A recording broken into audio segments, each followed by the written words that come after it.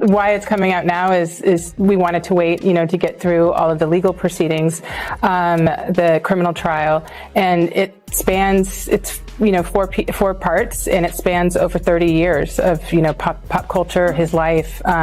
So it took some time, to say the least, to put all of this together. It's an important story, and you could just tell it with all the public material. Mm-hmm. You go further, you've gotten your hands on some extra new material people are going to see for the first time, including this video. Any journalist would want to know how you got it, but it is Sean Diddy Combs in the heat of this, right before the arrest for the trial we just discussed, in private moments, talking to his lawyer, cameras running. He also underestimated that a lot, some of, with every celebrity, you do have different claims and some are completely unfounded. But I think that some of these lawsuits, there's receipts. Mm-hmm. And there's footage and there's voice recordings. And I think that for a man, it's also very interesting, for the culture of hip hop, so many artists record themselves, and they probably, when they were, recording themselves in 2005, never saw the year 2025 and how accessible that media would be to actually make a case for things. And I think that's a big part of the gumbo of. With its fast-paced narrative, compelling discoveries, and infrequent behind-the-scenes video, 50 Cent's new Netflix documentary quickly took over the platform on Tuesday. Video offers a quick, high-energy analysis of Diddy's ascent, his mistakes, and the secret world that surrounds him. It is filled with audacious testimonials from those who used to work in his inner, giving a compelling, incisive look at a tale that the majority of viewers have never seen up close. Opinion, but I wouldn't slander their name like they did mine. I wouldn't say things that I knew, you know what I mean? I believe so. I do believe so. I have proved things that I could say that will back up my claim, but this is not for the world to know about. You know what I mean? It's between me and him, and only he knows. So every time he say it didn't happen, or that's the only thing that makes this become an issue to everybody. Because you seen what I said in the Vibe article. I basically bowed out and was going to go ahead about my life. The next issue, that wasn't even the next issue, because them cowards waited about 4 issues before they got their story together. 4 issues later, half of New Yorkers commenting on me getting shot. And before, they was all like, we didn't see nothing. In the first issue, we did, Vibe viewers. Nobody seen shit. The 4th issue, when they came back with a reply, everybody knew what I did. They knew what I said. I was acting. Who gets shot 5 times in acts? Oh, I didn't get shot 5 times in their vision. I only got shot once because they found the bullet. The police found it, but now they the cops. Now they doing detective work.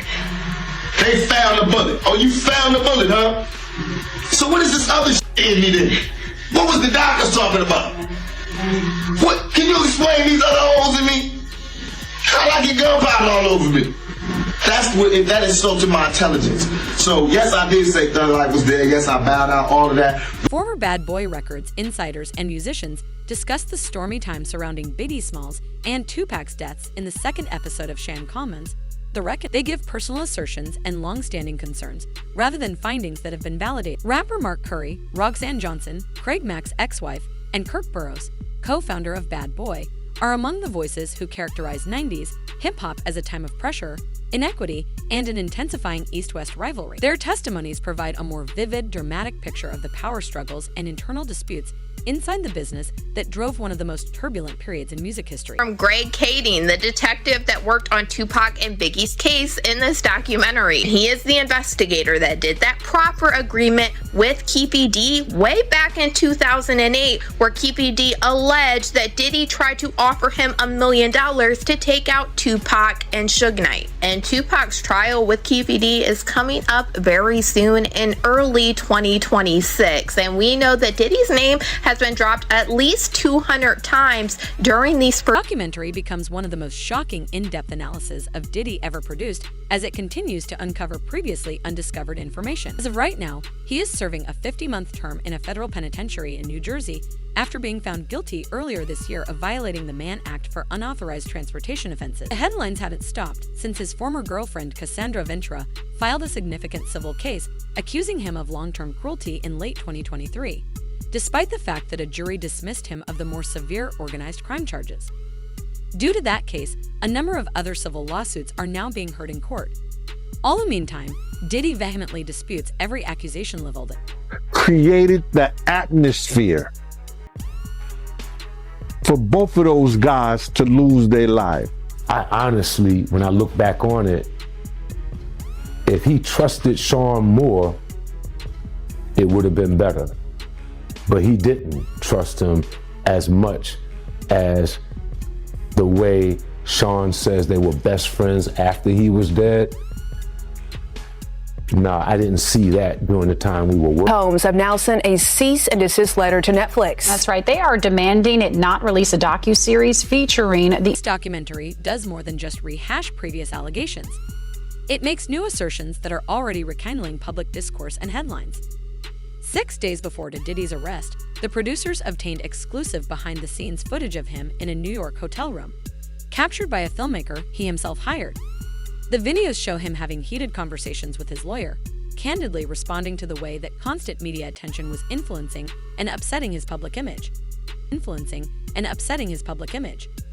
It offers an unvarnished, unadulterated look at the tension and strategy that are concealed behind the headline. Documentary. I'm waiting the whole time for Aubrey O'Day to reveal some major story that happened between her and Diddy. 3 episodes in, she's basically just talking about Diddy in a very general way. It isn't until the 4th episode that Aubrey reveals a witness walked in on Aubrey O'Day completely inebriated with Diddy doing things to her, as well as a second man who they refer to as a light-skinned, tall man. Details are very explicit and not anything I could share on here. This witness revealed that it was 100% Aubrey O'Day. It was really uncertain in watching Aubrey's reaction and kind of resharing this story whether or not she fully recollected the situation. He says it couldn't have been her choice to become inebriated because that was never her issue. She never really drank a whole ton. The earlier parts of this series, Aubrey does reveal these series of emails that she got from Diddy. They were all in very sexual nature, in a very sexual tone. He's basically asking her to come over and do certain things with him. It's these very domineering emails where he's basically setting the tone that he's the boss. She says that she felt very uncomfortable about those emails. Speaking thus candidly before to an indictment is uncommon, particularly in situations that are often kept totally private.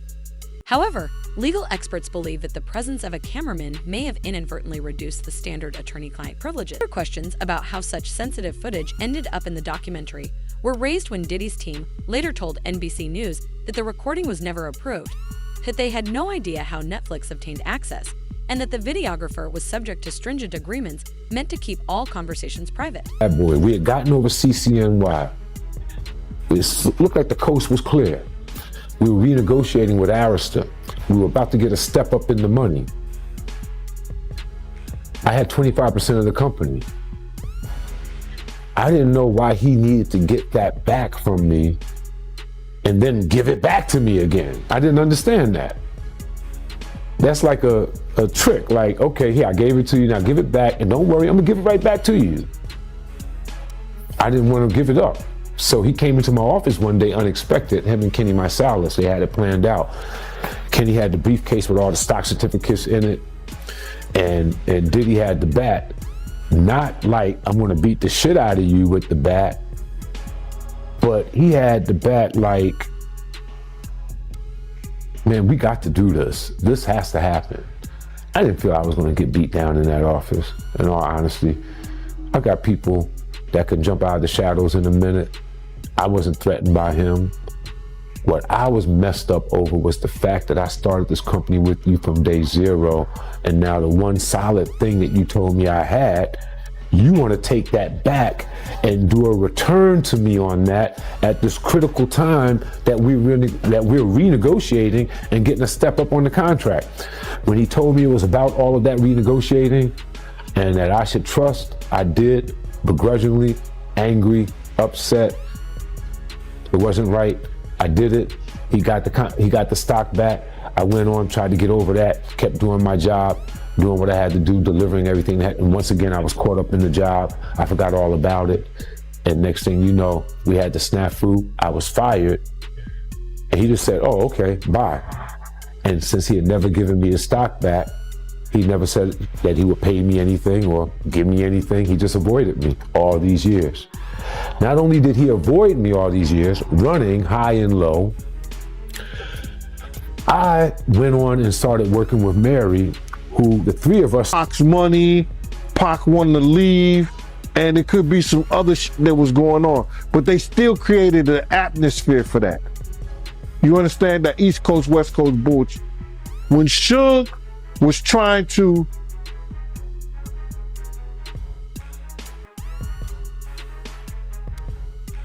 use the New York guys to, okay man, come on, let's make some sense of this shit. And have a meeting and sit down with the New York guys and ask for a representative for Puff to come on. Puff was mad. You see now why Puff was mad. Everybody know now why Puff was mad. That he didn't want nobody to come to the meeting because Suge was playing Pay Daddy. Suge was in there playing Play Daddy with Justin. It's crazy.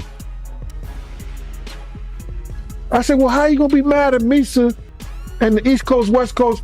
And now we see why he was mad. We don't know if Suge sent Puff those pictures years ago. We don't know that.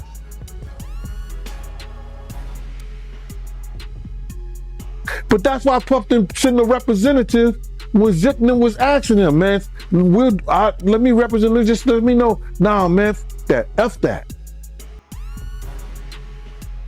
They trying to get a black distribution company, a publishing company, all that. For hip hop artists and music. Puff and Jay-Z ain't gonna have shit to do with it. And look who get rewarded behind that. So, to answer your question, I think the atmosphere that they designed and made up led to what we know was the East Coast, West Coast war. And both of them have... You say Suge looks over, he sees you? He looks right at you? Yeah, he looks at me. Okay. When he looks over at you, and then, Tupac's busy getting shot. Evidently, the story is Tupac's trying to either get out in the back seat or something. Yeah, what do you see happening inside their car? I seen a bullet going Suge's head. I thought he was dead. So Orlando across Dre? He leaned over on the window, we rolled down the window, popped. Who was it? They would drove on my side, I would pop them. You know what I'm saying? But they was on the details on that one. Keep your streets on me. I ain't gonna go into detail on that. Well, I'm gonna go ahead and read from the book. Well, so let them buy the book then. Okay, well, I'm just gonna read this passage.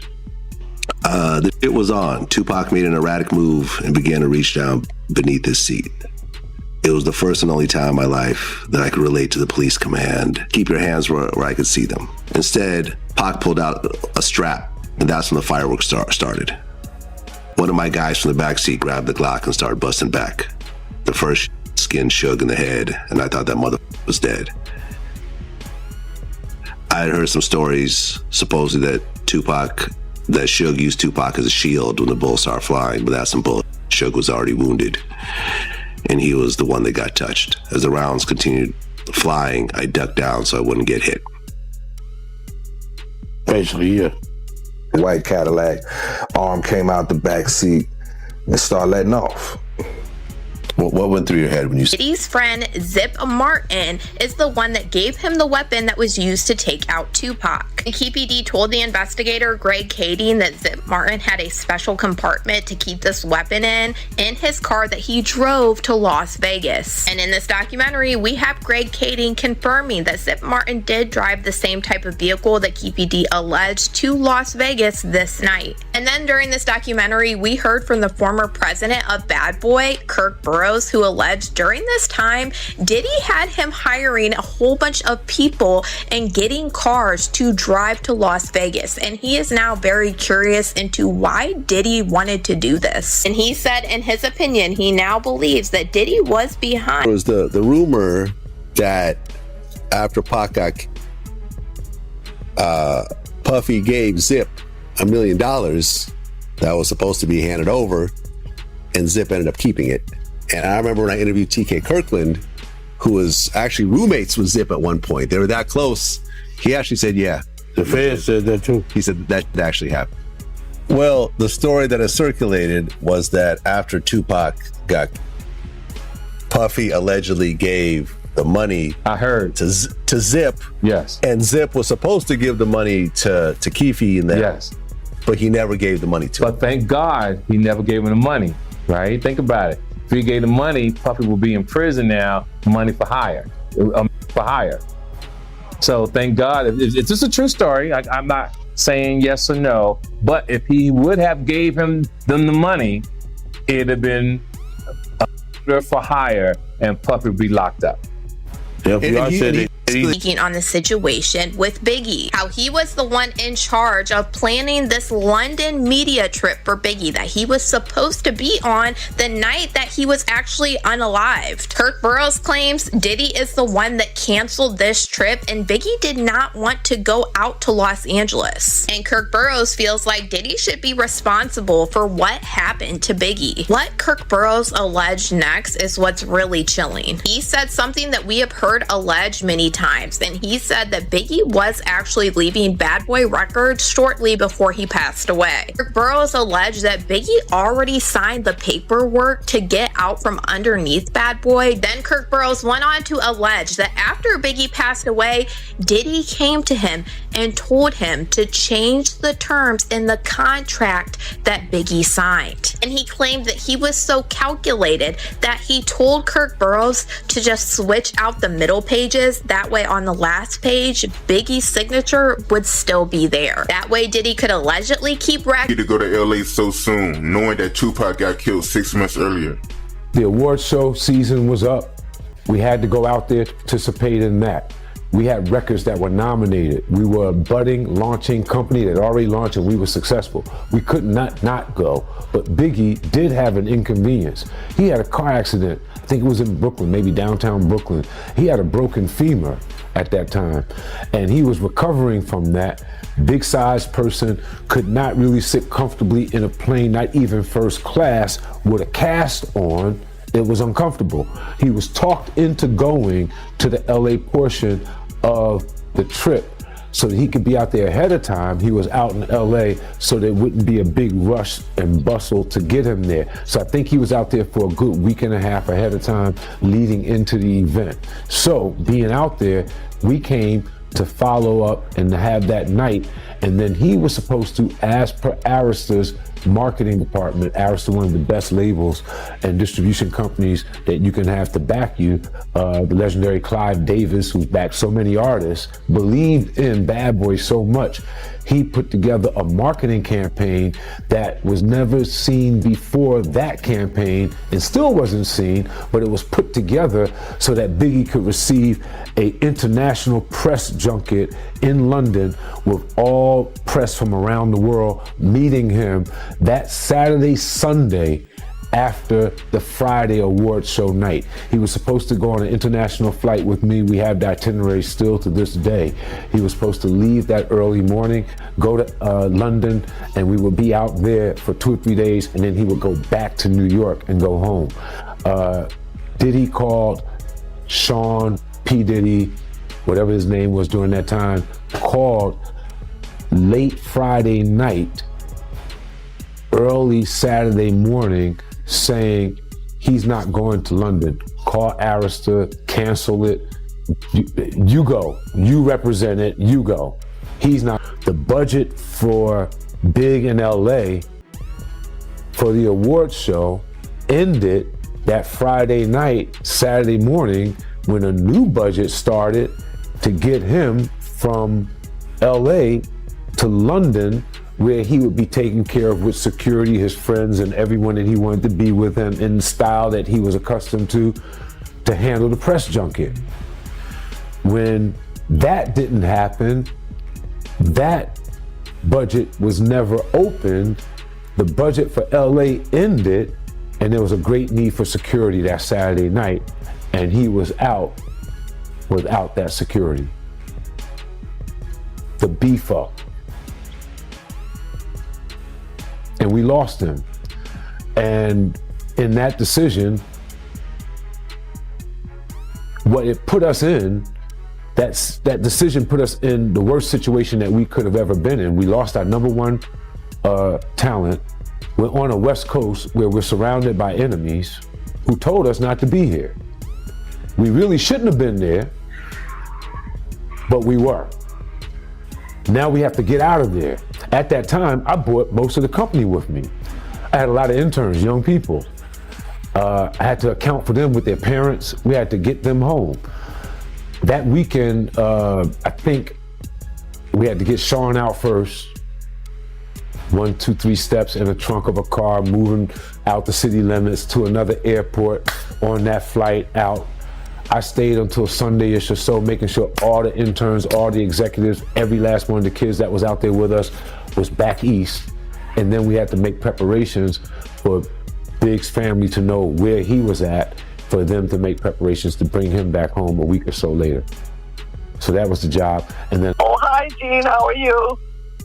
All right, man, you know I ain't seen you since I came to your house and had that conversation with you. How you been? You all right? I've been okay. I've been watching you on Facebook. I'm sorry, Ms. Wallace. I'm sorry I had to do what I had to do. But, you know, it is what it is. Okay.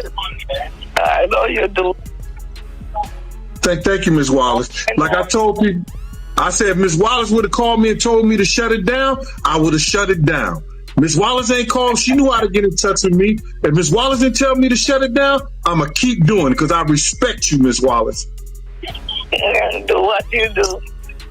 First thing I said was, Ms. Wallace, if you tell me to stop, leave Puff, stop, no, I didn't say leave Puff. If you tell me to stop doing what I'm doing, I will. She said, no, G, I watch you. You keep doing it. You doing a good job. You, man, listen here. Yo, I was happier than one of them boys at a Diddy party. I was so happy, man, it was crazy.